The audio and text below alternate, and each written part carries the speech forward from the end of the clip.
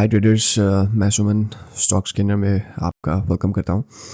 आज हम करेंगे टॉप 10 Q&A जो बहुत ज़्यादा इंपॉर्टेंट क्वेश्चंस है, हर ट्रेडर पूछते जाना चाहते हैं। तो उन सारे ट्रेडर्स क्वेश्चंस का मैं आज आंसर करने को कोशिश करूँगा और ये हेल्पफुल रहेगा, बिगिनर ट्रेडर हो या फिर प्रो ट्रेडर, दोनों के लिए काफ़ी ये इंपॉर्टेंट रहेगा। ऑलराइट, तो चलिए स्टार्ट करते हैं।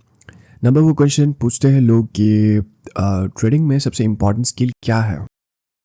ओके, तो ट्रेडिंग में सबसे डिसिप्लिन और पेशेंस, ये अगर आपने मास्टरी कर लिया, अगर आप 100 ट्रेड करोगे, 100 ट्रेड करोगे, और लेकिन अगर आप में पेशेंस या फिर प्लान फॉलो ये नहीं होगी, अगर आप दोनों को कंसिस्टेंटली अगर आप फॉलो करोगे, दोनों को अपने प्लान करोगे, ट्रेड को फिर पेशेंस रखोगे और फिर आपने जो है डिसिप्लिन को मेंटेन करोगे, तो आप जो है एक कंसिस्टेंट प्रॉफिट बना सकते हैं।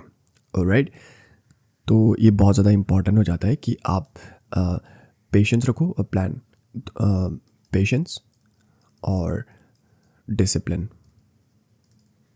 ठीक है, नेक्स्ट क्वेश्चन हमारा यहाँ पे निकल के आता है कि डे ट्रेडिंग और स्विंग ट्रेडिंग में डिफरेंस क्या होती है। डे ट्रेडिंग और स्विंग ट्रेडिंग के अगर हम लोग डिफरेंस की बात करें तो डे ट्रेडिंग में आप सेम डे एंट्री कर जाते हो और सेम डे ही आप एग्जिट कर जाते हो। ठीक है, लेकिन स्विंग ट्रेडिंग में क्या होता है कि आप जिस दिन को आप ट्रेड अपना एंट्री करते हो और उसके कुछ दिनों बाद या फिर कुछ हफ्तों बाद आप एग्जिट करते हो। ठीक है, और आपका इसमें जो है रिस्क और रिवॉर्ड दोनों अलग अलग होते हैं। ओके, नंबर 3 क्वेश्चन यहाँ पे निकल के आता है कि स्टॉप लॉस का यूज़ क्या इंपॉर्टेंट होता है। तो इसका आंसर मैं देना चाहूँगा कि स्टॉप लॉस लगाना रिस्क कंट्रोल के लिए बहुत इंपॉर्टेंट है।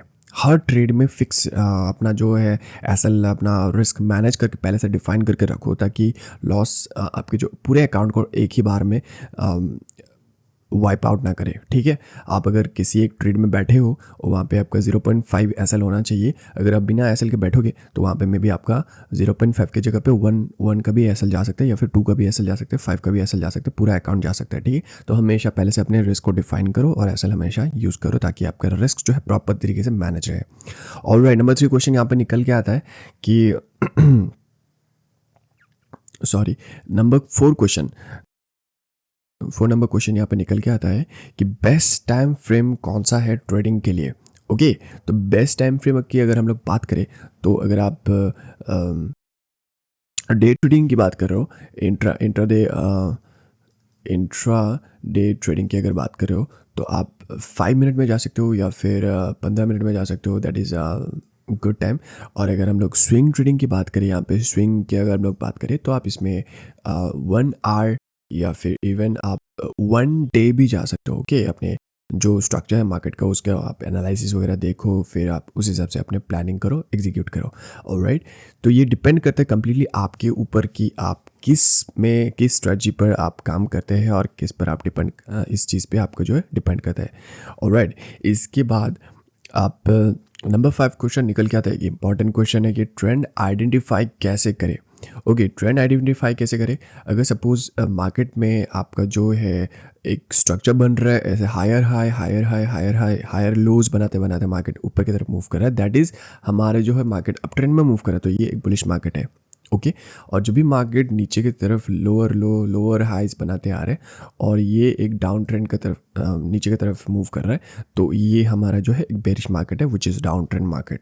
ठीक है, अब अगर आप चाहो इसमें तो ट्रेंड लाइन और मूविंग एवरेज का भी इस्तेमाल कर सकते हो जब भी आप ट्रेंड को आइडेंटिफाई करना चाहो कि मार्केट अभी किस डायरेक्शन में है। ओके, तो मूविंग एवरेज वगैरह और ट्रेंड लाइन भी आपको एक वाइटल रोल प्ले करते हैं आपको ट्रेंड आइडेंटिफाई करने के लिए और अपने ट्रेड को प्लान करने के लिए, स्पेस ढूंढने के लिए। ओके, आगे बढ़ते हैं हम लोग। नंबर 6 क्वेश्चन यहाँ पे है कि ब्रेकआउट और फेकआउट में डिफरेंस कैसे समझे।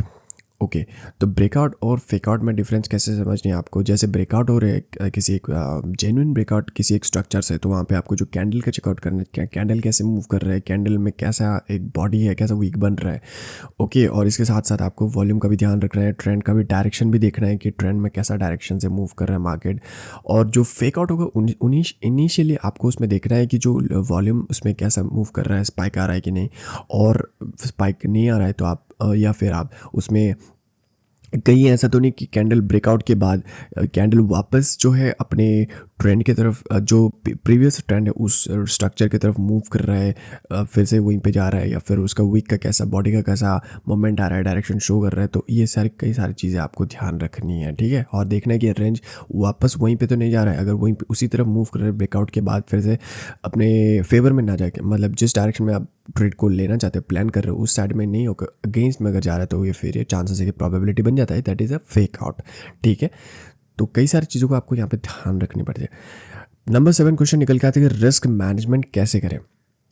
ओके, रिस्क आपको मैनेज करने, आपको अगर आप ट्रेड प्लान कर रहे हैं तो आप यहाँ पे 1% या 2% आप ट्रेड में अपने जो है रिस्क में अपने रिस्क को मैनेज करके यहाँ पे अपने एसएल रखोगे, ठीक है। 1% से 2% पर डे के हिसाब से आप अपने ट्रेड में रिस्क लोगे, क्योंकि आप अगर आप प्लानिंग नहीं करोगे तो आपको बहुत ज़्यादा बड़ा भी एक लॉस हो सकता है।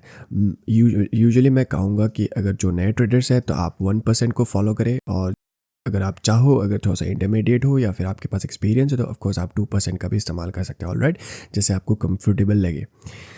अपने रिस्क को पहले से हमेशा, जैसे कि मैं कहता हूँ हमेशा, कि अपने रिस्क को डिफाइन करके चलिए। ऑलराइट, नंबर 8 क्वेश्चन यहाँ पर निकल के आता है कि ट्रेडिंग में सबसे कॉमन मिस्टेक क्या है। ओके, तो ट्रेडिंग में सबसे कॉमन मिस्टेक की अगर हम लोग बात करें तो यहाँ पे ग्रीड और ओवर ट्रेडिंग। बिगिनर्स हर अपॉर्चुनिटी, हर कोई भी जगह पे आप अपॉर्चुनिटी मिलेगा तो वहाँ पे आप ट्रेड कर जाओगे विदाउट एनी प्लान, या फिर आप बिना डिसिप्लिन प्लान को फॉलो करें। सबसे पहले आपको फॉलो करने अपने प्लान को, जो भी आप प्लान बनाए हैं अपने ट्रेड को लेके, तो उस प्लान को फॉलो कीजिए, डिसिप्लिन मेंटेन रखिए और उसी पे काम कीजिए। बट बिगिनर ट्रेडर जो विदाउट एनी प्लान करते हैं, सपोज़ कि ये मार्केट ऐसा मूव हो रहा है तो यहीं पे एंट्री कर लेंगे कि वाह मार्केट अपसाइड की तरफ जा रहा है तो यहाँ पे एंट्री कर लेंगे, और फिर क्या पता कि मार्केट वहीं से रिवर्स हो जाए। ऑलराइट, तो अपनी ट्रेड को हमेशा पहले से प्लान डिफाइन कीजिए, अपना रिस्क डिफाइन कीजिए, और फिर उस हिसाब से अपने प्लानिंग कीजिए, और फिर वहाँ पे अपना ट्रेड को प्लान आगे बढ़ाइए, एग्जीक्यूट कीजिए, ठीक है। तो यहाँ पे और क्या है कि आप कई सारे ट्रेडर्स ग्रीड या फिर ओवर ट्रेडिंग कर लेते हैं, लालच कर लेते हैं। यहाँ पे इस एरिया में एंट्री कर लेंगे क्योंकि मार्केट ऑलरेडी अपसाइड की तरफ मूव कर रहा है, तो वहाँ पे यहाँ पे सोचेंगे कि वाह यहाँ पे बहुत बड़ा ऐसा एक प्रॉफिट मिल रहा है हमें, तो यहाँ पे एंट्री कर लेते हैं, क्योंकि तो ये ग्रीड आपको लॉस में लेके जा सकता है। या फिर आप अगर कई सारे ट्रेडर ओवर ट्रेडिंग कर लेते हैं, दिन में आप 1, 2, 3 या फिर कई सारे ट्रेड इससे ऊपर भी कर लेते हैं, तो ज़्यादा ट्रेडिंग करोगे तो ओवर ट्रेडिंग हो जाएगी, दैट इज़ रॉन्ग, ओके। और या फिर आप कई सारे ट्रेडर्स एक बार लॉस करने के बाद फिर रिवेंज ट्रेडिंग कर लोगे, रिवेंज ट्रेडिंग भी गलत होता है। तो ये जो है कॉमन मिस्टेक्स होता है। ओके, नंबर 9 हम लोग क्वेश्चन ले लेते हैं। नंबर 9 क्वेश्चन में है कि डेमो अकाउंट और रियल अकाउंट में क्या डिफरेंस है। तो डेमो अकाउंट और रियल अकाउंट क्या होता है कि आप डेमो में आपको 1 लाख रुपए दे दिया जाएंगे, तो वो 1 लाख रुपए से या फिर आपको 5 लाख 10 लाख रुपए दे दिए जाएंगे, वहाँ से आपको ट्रेडिंग करनी पड़ेगी, और वो एक सिम्युलेटर होता है जो आप अपने ट्रेड को प्लान कर सकते हो। वो बहुत सही है ट्रेडर्स के लिए जो बिगिनर्स है, ताकि उनको एक एज मिल सके, ठीक है, वहाँ से सीख के कुछ बेसिक्स इंपॉर्टेंट चीज़ें वहाँ से फिर अपने रियल मार्केट में काम कर सके। बट क्योंकि वहाँ पे जब आप ट्रेड करोगे तो वहाँ पे आपको जो रियल इमोशंस आप नहीं कनेक्ट कर पाओगे, क्योंकि वहाँ पे जो है आपको बाय डिफ़ॉल्ट पैसे मिलेंगे, तो रियल इमोशन वहाँ पे नहीं मिले। अगर आप लॉस करते हैं तो वहाँ पे आपको आपको हर्ट नहीं हो, या फिर आप प्रॉफिट करते हैं तो एक्साइटमेंट नहीं, तो हो भी सकता है। बट जो रियल अकाउंट में होगा वैसा एक नहीं होगा। तो आप मैं कहूँगा पहले आप डेमो अकाउंट से स्टार्ट कीजिए अगर नए ट्रेडर है, उसके बाद ऑफ कोर्स आप फिर रियल मार्केट में आ सकते हो। वहाँ से बेसिक्स क्लियर करने के बाद फिर आप रियल मार्केट में आके बिल्कुल अपने पैसे बना सकते हैं, यहाँ पे आके आप काम कर सकते हैं। और नंबर 10 क्वेश्चन हम लोग ले लेते हैं कि ट्रेडिंग साइकोलॉजी में कौन सी चीज़ सबसे इम्पॉर्टेंट है। तो ट्रेडिंग साइकोलॉजी में इमोशन कंट्रोल करना, फियर और ग्रीड आपका डिसीजन को अफेक्ट करता है। प्लान के साथ स्टिक करना और पेशेंस रखना ही की है, ठीक है। आपको यहाँ पे जो है, आप अगर ज़्यादा